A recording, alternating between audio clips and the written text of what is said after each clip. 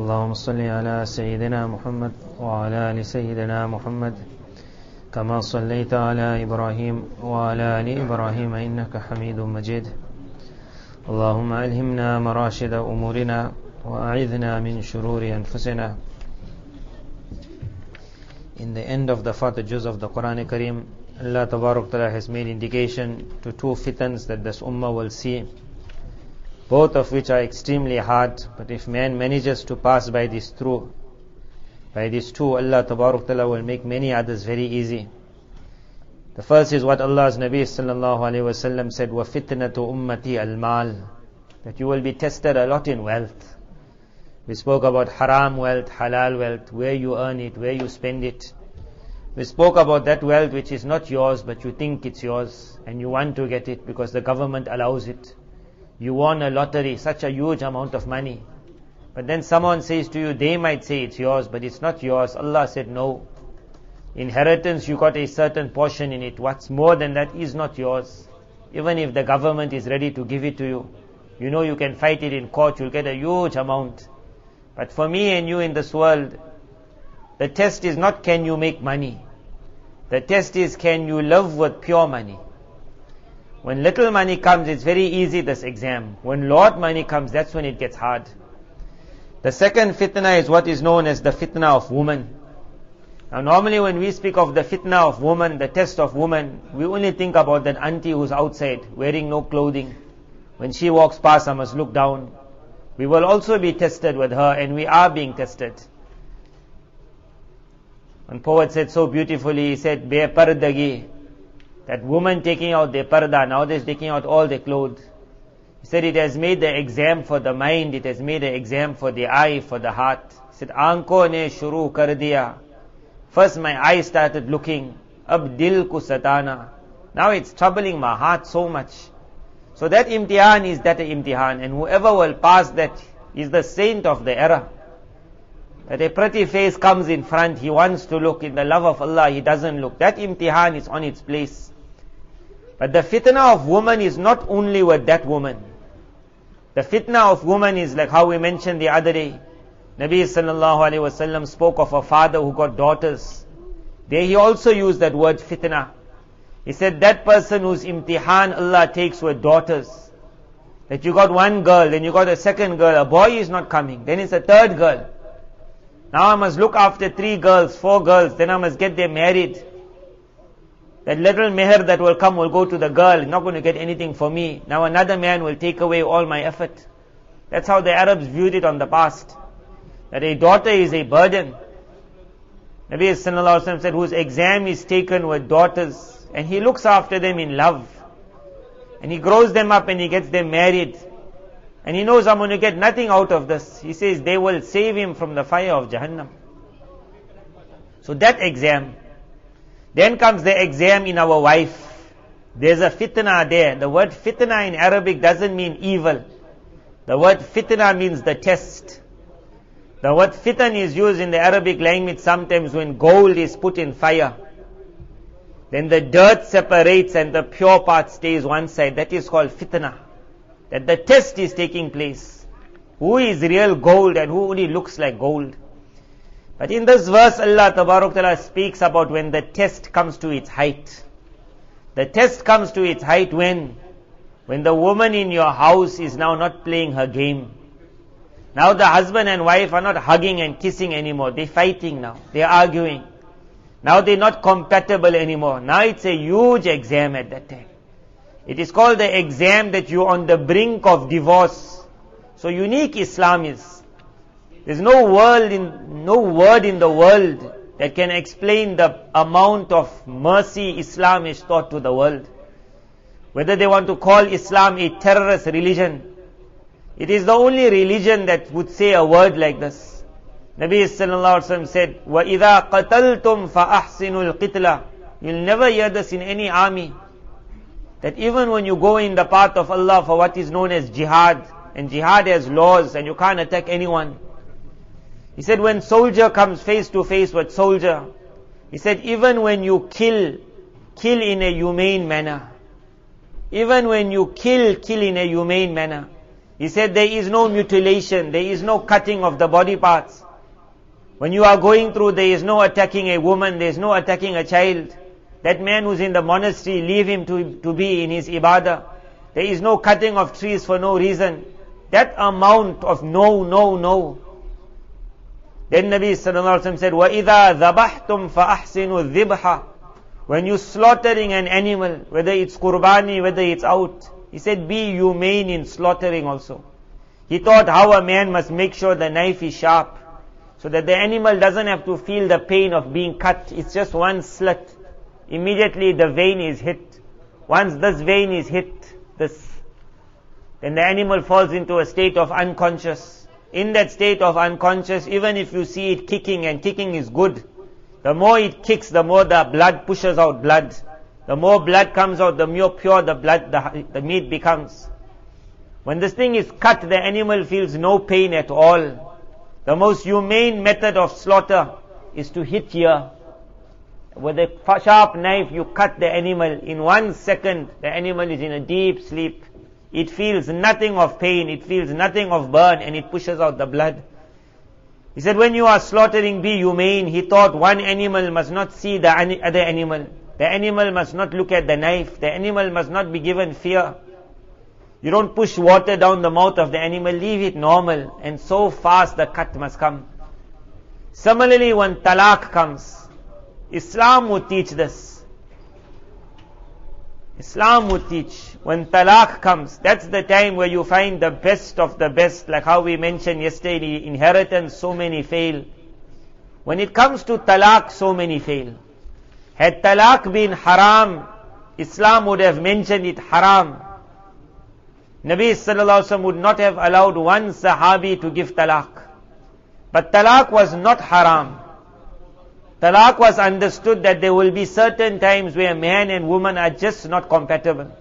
Or they were for 10 years and then they just got tired of each other. Islam doesn't force, it asks.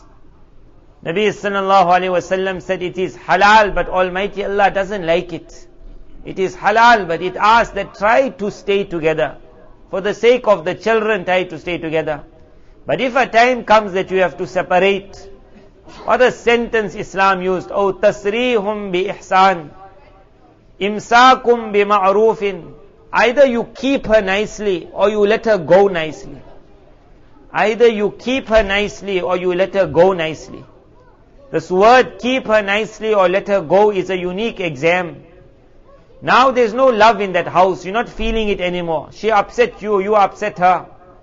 At that time you will be tested. That when you took her, Allah's Nabi sallallahu alayhi wasallam said, they are captives in your house. أَخَذْتُمُوهُنَّ بِأَمَانَةِ اللَّهِ. By the trust of Allah, you took her from her house into your house. وَاسْتَحْلَلْتُمْ فُرُوجَهُنَّ بِكَلِمَةِ اللَّهِ. You made her halal for yourself using the name of Allah. In respect of that name, you can't abuse this thing. It's a trust. It's a trust that came through Allah. That Allah stood as guarantee for it. Don't break that trust. Either look after nicely or let go nicely. Look after nicely, you'll got your fights. Allah Tabarak Ta'ala says, Asa an takrahu shay'a. Perhaps you just dislike something in her. It's obvious you're going to dislike. Asa an takrahu shay'a. Perhaps you dislike something in her. وَيَجْعَلَ اللَّهُ فِيهِ خَيْرًا كَثِيرًا. But in that very thing, Allah has put so much of goodness for you.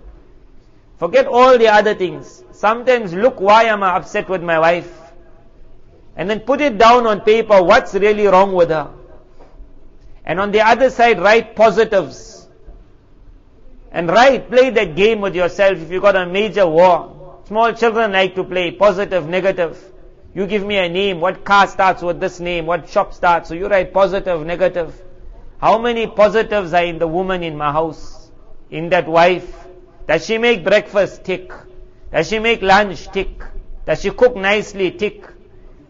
Then as you go, you will notice your crosses are very few. And then you ask yourself, is it really worth it to fight about such a few things?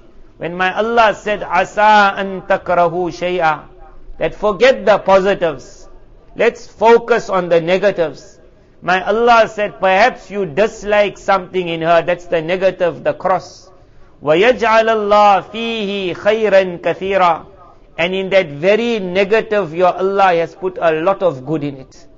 Suddenly the negative becomes positive. Positive was positive, negative became positive. One day at that time, is it really worth the fight?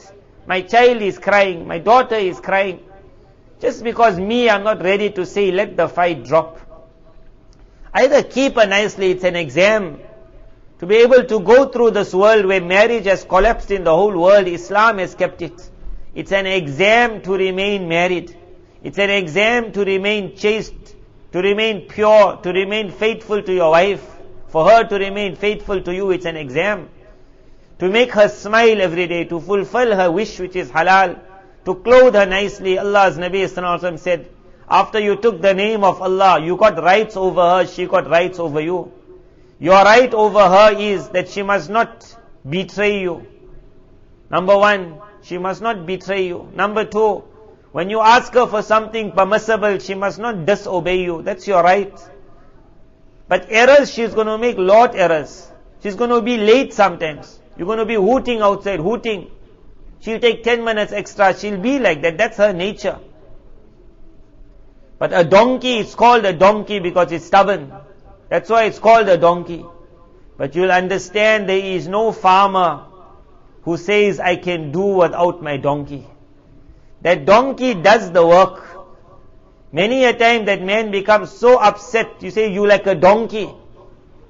So then it's a message for him that I'm like a donkey. Okay, I'm like a donkey, the wife will say. But why is the farmer keeping the donkey? Because he understands I can't do without the donkey. Stubborn as a donkey, but I still need the donkey. No matter how your wife is, how she irritates you. But if she's not doing it on purpose, she has never betrayed you, and she has never disobeyed you when you asked her for halal things. She makes mistakes. Then Nabi Sallallahu Alaihi Wasallam said, she has done her part, now your turn. He said, it's her haqq on you that you must clothe her nicely. You must feed her nicely. Allah Tabarak Ta'ala made that exam for us. Are you a good husband? And then comes the exam of talaq. أو تسريهم بإحسان. If you have to let her go, can you let her go nicely? This is a unique exam. You stayed with a woman for 5 years, 10 years, 20 years. She's the mother of your children. Something happened, you cheated, she cheated, whatever mistake happened. Now you will have to separate. For the sake of the children, if you can't do it for her, for the sake of the children, be kind to their mother. Because they still love their mother. They don't want you to hear you swearing their mother. They will start hating you. It breaks them. You the father, they love you. But they will love you as long as you show love and kindness to their mother. It might not be your wife anymore, but it is their mother. When a person is getting married, normally we say this in bayanat nowadays. When a person is getting married, before the marriage, there's this long story about presents. In South Africa, they call it kunsha. I don't know what you all call it. It's like you prepare one parcel, lot parcels. In the parcel, there's shoes, there's clothing. And why they do it, who knows? And then they put it up there to show what parcels the family brought. And everyone comes and looks. You'll see some money there also. You'll see some shoe. It's the worst type of gift that everybody else must see what gift was given. Nazar of the world falls on it. And then they expect there'll be blessings in those gifts. So normally in bayanat we say there's no need for that. Because the day you get married, your wife will be sending you to buy lot parcels after that. Enough parcels you'll be coming with. You'll be carrying it from the shops.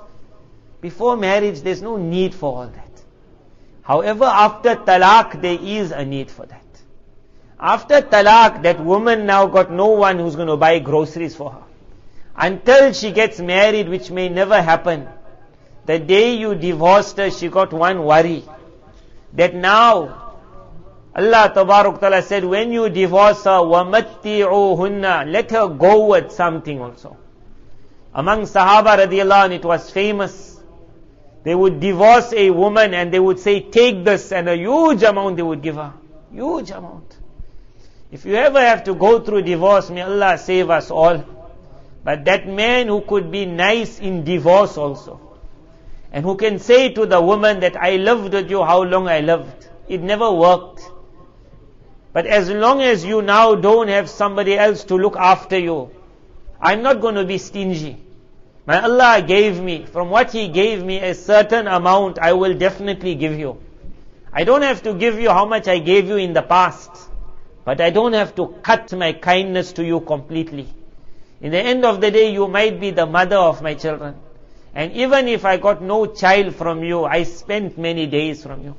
In this verse, Allah Ta'ala says, if the time comes, وَإِنْ أَرَدْتُمُ اسْتِبْدَالَ زَوْجٍ مَكَانَ زَوْجٍ, the time comes that now you want to separate, and you got another girl in your eye, you want her.